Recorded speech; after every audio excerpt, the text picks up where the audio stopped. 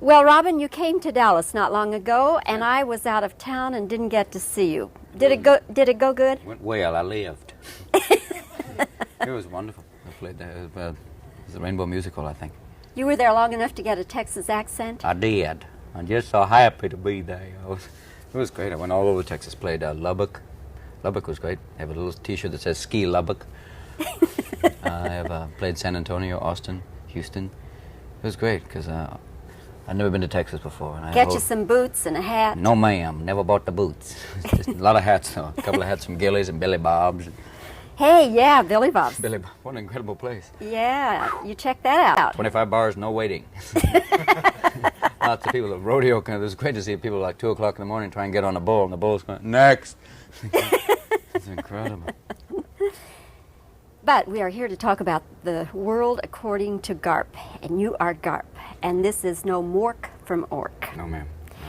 I wonder, Robin, isn't it pretty risky, though, for your kind of performer to do this kind of thing where audiences, if they don't know anything about Garp, they come in, they're looking for Robin Williams, and they find something different? Hopefully that's a positive experience, like, I hope, the film isn't just me. I mean, there's such a power to the film, I think, that they'll be pleased by it. I mean, there's such a positive life force to it. I think people walk away feeling very good about it. Having not read the book or not knowing what it's about, it still has it's a good story. As far as the character of Garp and everything, you are noted for being a performer who just thrives on improvisation and on spontaneity and that sort of thing. Now, is this story we've been told about George Roy Hill calling for a rap when you started to improvise, is that a true story? Oh, very much so. But it served a purpose. I mean, the reason he held me back from that is for two reasons. If you improvise, sometimes the story would get frazzled, it would get fray at the ends. And also it forced me to go inside and really kind of settle down a little bit. And by doing that, you settle into yourself and find things internally that you normally wouldn't be. When you're improvising, you're going out, you're looking. It's like talking to flowers, going, how you doing, please, cough. When you're playing like that, you're going out. But by stopping that, it forces the energy to implode, and you explore yourself. Either memories or, different emotions. There were some very painful scenes in the film that you couldn't really improvise as much as you really had to just kind of settle down and really let it out, kick out the jams in yourself. But given if he hadn't done that, if he hadn't called for rap, would you have tried to do more improvisation? I probably would have, till all of a sudden he makes his face when he doesn't like something, he goes, and you go, okay. He let me do that one day, and then they just made the point, it was all over. He had to, just push it to us. I just tried that one time, and he made the point, and then we had to get down to some serious work. Why did you see yourself in this role? Because of, initially, the first thing that really hooked me in was this wrestling, because I loved wrestling so much in high school. Collegiate wrestling, which is different than, like, professional wrestling, people going, nope. But collegiate wrestling is really an incredibly disciplined sport. Some people say it's kind of sadomasochistic, but it's actually a wonderful combination of training, endurance, mental agility. People who are wrestlers are a very bizarre breed of people, and that's what originally hooked me into it. They're usually very individualistic. They're usually, because no one comes to see your wrestling matches.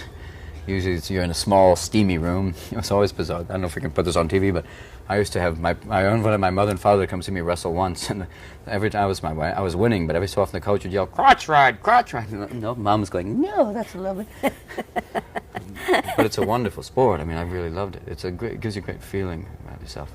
And that's what hooked me into it. And after that, as I got further into the book, his soul and heart is incredible. He's such a sensitive, emotionally strong man that I really just got hooked into it. Did you ever have a chance to discuss Garp with John Irving? Yeah, at first he wasn't coming to see the shooting. Then he came to see a couple of dailies, and he really hooked into the film. He would sometimes come up to me, and he'd outline certain passages in the book I would just read. It was like reading a little passage of the Bible before you shot a scene, but I would read a scene just because there's so much narrative in the book. The narrative helps you really, for scenes where you had no dialogue, it would help you just kind of prepare yourself for just when you have nothing to say at all, just to have a whole mental attitude that made it come to life. Does Irving like the movie? I think so very much, which is a great compliment, I think.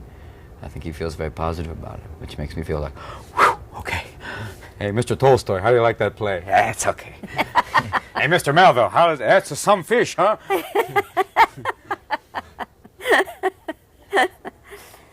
Robin, this is a very stressful time in your life, and you know we're all you know we're all pulling for you to get through this. How do you get through such stressful times? What is your strength? How do you get through it? Well, my wife, she helps a lot. She's a real grounding influence. I have a ranch, a cattle ranch up in Napa, California, which is real wonderful. That helps a lot. It's hard to be real stressful when you have 600 acres going and lots of owls going, "Who are you?" And you're out there, and it's so calm that you lose. There's no pressures there for me. And when you're on the back of a mule and the mule's going, "What's your business?" It's wonderful. That helps. Running sometimes, swimming, and good friends, really good friends. Christopher Reeve's a good friend. He helps a lot. By having good friends, you can get through anything. Him and all my friends, they really help incredibly. And You think you've changed much in the last... I think I've mellowed a little bit. I think I've kind of, I feel a little bit less frenetic, but I feel a lot happier. I think. I mean, I don't know. It's once again friends who've helped that. I've really realized the value of that. Before I just kind of took it for granted. We're all pals, we're buddies, and all of a sudden, these things get a little tough, and you start to really have to say, "Hey," you know, they call you, or you keep in contact, or you go to the ranch once again. People come up there and you sit and you just talk. It's wonderful. It's a very peaceful time. And that's what keeps you, for all the insanity that I do sometimes, or the playing, the sanity really, I have to recharge. Because if I didn't, it'd be like, it's almost like a car battery. I'd be like, "How you doing?" "Hey, Jesus, I don't know." I have to get emotionally jump-started. But then, it helps to recharge.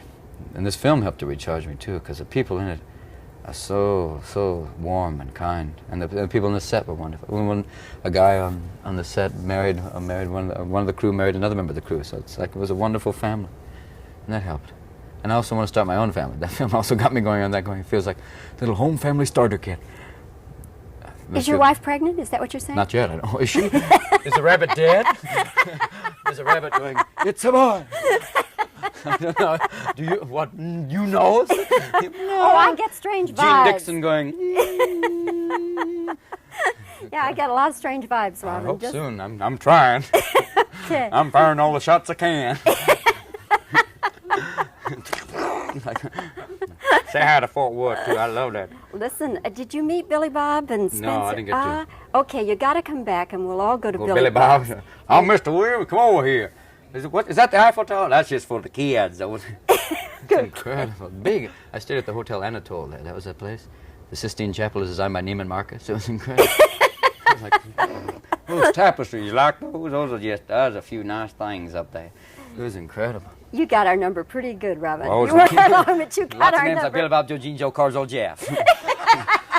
But you can call me Chuck. Okay. Listen, if I don't call this stop, they're going to throw both of us out. I know what I'm feeling. I've only got 24 more to go. Hey, it is really terrific meeting you, Robin. Thank you, and I think come Academy Award time... Oh, God. No, I'm not going to say it. I'm not going to say it. Don't even, I'm that's not like gonna voodoo say it. time. No gree-gree, no gree-gree. Okay. Can't even wait with that. Thanks, Robin. Thank you.